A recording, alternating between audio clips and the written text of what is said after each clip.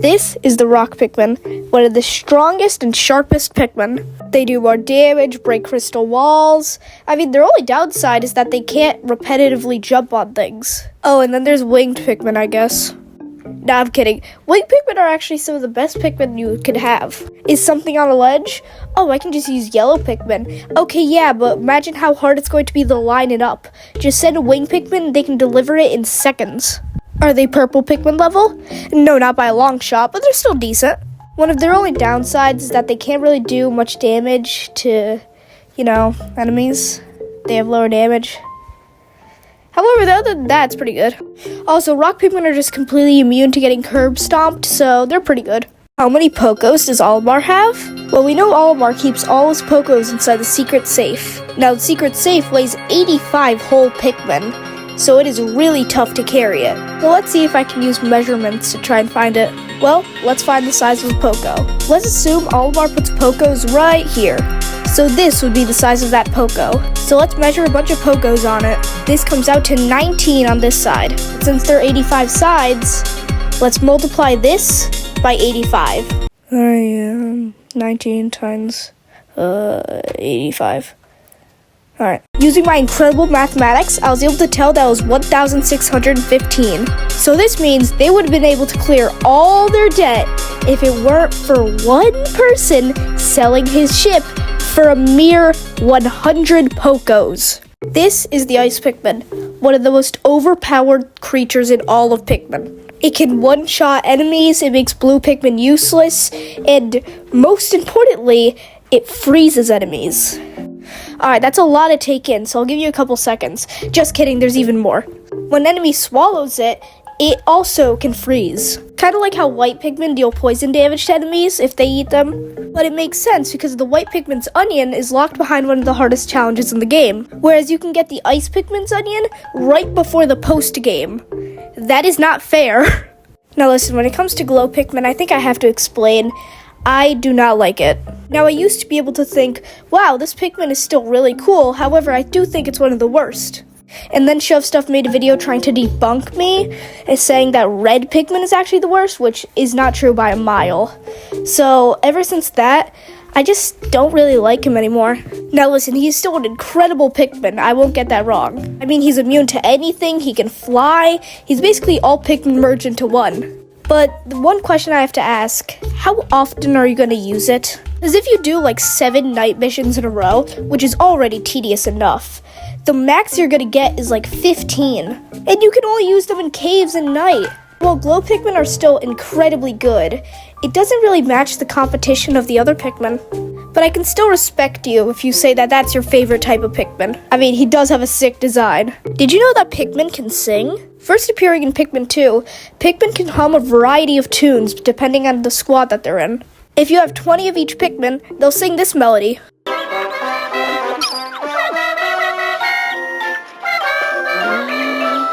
Also in Pikmin 2, if there are no treasures left, they'll just sing the title theme. They didn't stop in Pikmin 3. If there's at least 20 of each Pikmin, then they'll sing the main theme to Pikmin 3.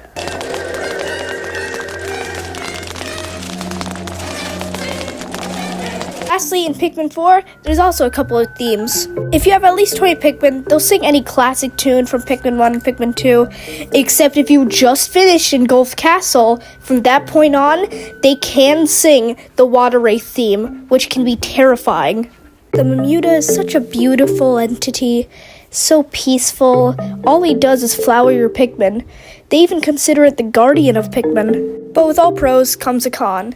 And this one's con is way too big to ignore. This may look like a simple egg, and it is. It's made by Mamuta, and you expect it to be peaceful. But if it's malformed, or breaks, or hatches, then it appears. This is the Smoky Prog, death above all death. It leaves a trail of red mist, and if any Pikmin is unfortunate to step on it, it passes. Your best move is either to jam it with Pikmin, or spam as many bomb rocks as possible. Even if the Pikmin are in their safest position, their sprouted form, the Smoky Prog will uproot them with a roar. It is hard to tell how such a peaceful enemy can correlate to this master of destruction and death. So let this be your warning. Run. I love Pikmin 3, but at the same time, some of these enemy designs are barbaric. And yes, this isn't just an example, this is a real enemy from Pikmin 3. More specifically, I'll be focusing on the bosses, and let's just already start with this one. This is the Armored Maudad, the first boss in Pikmin 3. It has crystal armor protecting itself from any attacks. Mostly every attack. Rock Pikmin can crack that crystal armor. When all of the armor is cracked, you can send Red Pikmin, which is the only Pikmin you have at the time, to attack it. Its design shares a lot of similarities with the Pikmin 2 boss, the Segmented Cropster. This is the Behemoth Fozbat, the next boss. Remains completely invisible unless shown by light. Now you're gonna notice a theme. For every boss, it has some correlation to some Pikmin. This one's no different. You're gonna need yellow Pikmin to flash the lights on him. After defeating him, you find the third captain, Charlie. Alright, now what is this? This is the Scornet Maestro. It's a bee, it's a bird, it's a butterfly, it's a composer. He commands a bunch of little bees to attack you, and you have to use wing Pikmin to dismantle them. I mean, that's basically it. But at least it can't get any worse. Are you serious? This is the sand-belching mirror slug. He burps sand. He can make pit holes. Yeah, that's basically it. This one doesn't really have a Pikmin type to focus on, so just use any Pikmin you want. And just when I thought it couldn't get any worse. This is the Quaggled Meyerklops. Part turtle, part land, part strawberry. I don't know what this thing is not a part of. He's like a three-legged arachnorb. All you need to do is attack all three of his legs. There's a lot of water here, so it's important to use blue Pikmin. But this time there's two, because you also need to break the crystals. After beating him, you get Louie back, but most importantly, your juice. That's not even an animal. This is the Plasm Wraith. By itself, it's not scary at all, but when it absorbs Olimar, it becomes a horror game character. This is the Mysterious Life Form. The Ghoulix, but even worse. My only tip is literally just to run. It's invincible. Go on, run! God, Pikmin 2 surprises me every day. Did you know that there are some treasures that work as upgrades? This is the 5-man knapsack. It allows Olimar or Louie to heal while they're resting. But there's even more. This may look like a regular chopped up eraser, but it's actually used to protect Olimar and Louie from electricity. Similarly, this toy robot is used to protect Olimar and Louie from fire. This one serves a different purpose. Wait a minute, is that the McDonald's logo? As much as it would have been cool, no. But Pikmin 2 is known for having just random brands in it. However, it still has a cool purpose nonetheless. It makes plucking Pikmin easier. You just whistle and they pop out. However, it does mainly seem like you're just annoying the Pikmin so that they can get up. This is the Water Dumple, the little ball of terror. It's just a more powerful dwarf Bulborb. Aquatic, smaller hitbox, bigger reach. I mean, he's the real deal. They also swallow very fast. Since they're aquatic, your only real shot is blue Pikmin. He has a very simplistic design, something that I cannot say for the Waddlepus. He blows bubbles. Yeah, that's it. He has such a cool idea, such a cool name. And this is his ability? Not really. If Pikmin are attacking him, he can blow up like Megamind. Since they're underwater, just use blue Pikmin, but if they're not, literally any other Pikmin works. Wait a sec, did I leave a stray rock Pikmin? Oh, wait a minute, the Water Dumple, no!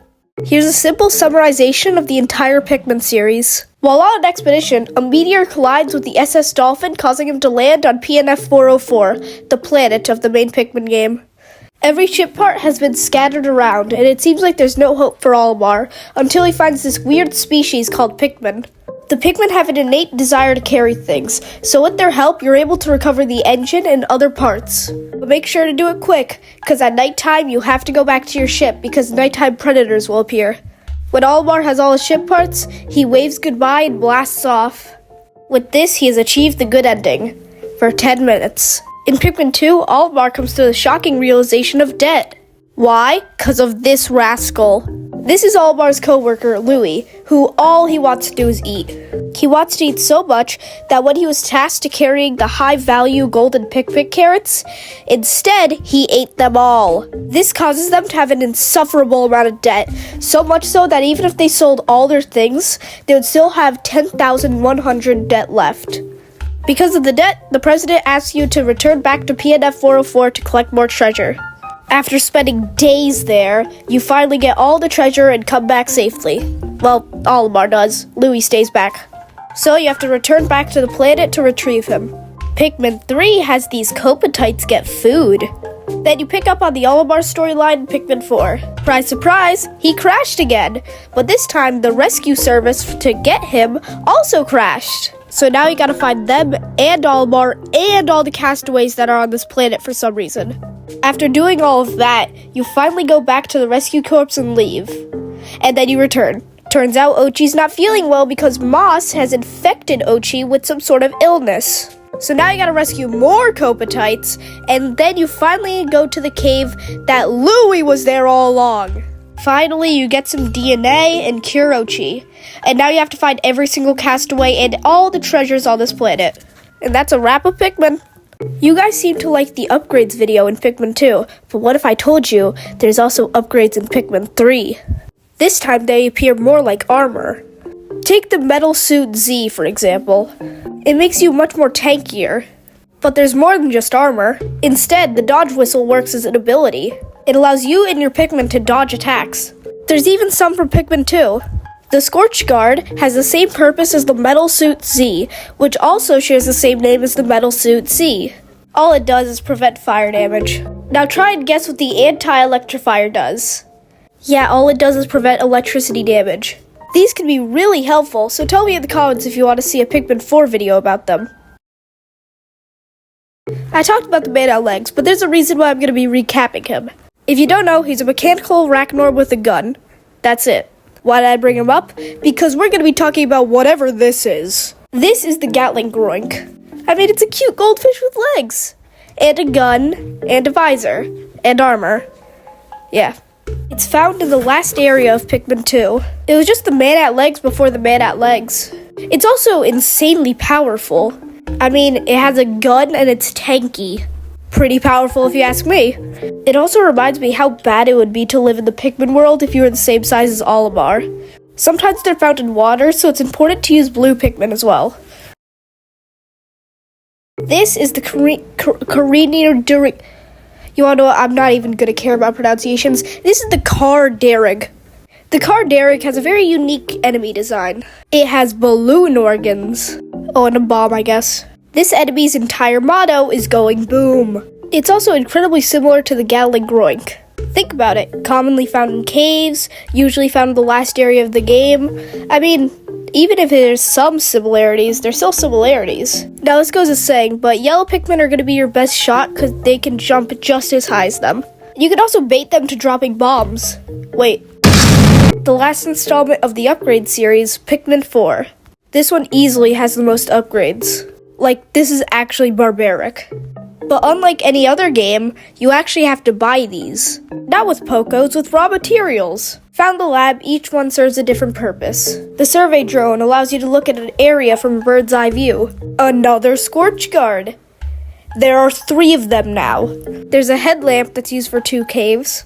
HP buff for you and your dog. And I guess the Copatites were built different because they were able to charge without a charging horn. But for every pro has its cons. This upgrade lets you punch 3 times. Isn't that cool? Who is using the punch feature in Pikmin 4? Who? It did a reasonable amount of damage in Pikmin 1 and 2. In Pikmin 4, it barely does anything. It's so iconic they even had it in Smash. But Pikmin are so much more viable. I can't talk about all of them, but if you want to see, here's the list. This is the bearded amp rat, the fluffy electrocutor. It looks friendly on its own like this. However, if you make it mad, it turns electrifying. When in the state, it dashes at any Pikmin trying to take them down. They're one of the few enemies that actually use sense when using their elemental powers. Let me show you how they produce electricity. It uses its face-long beard to produce static electricity. Because you're dealing with electricity, just use yellow Pikmin.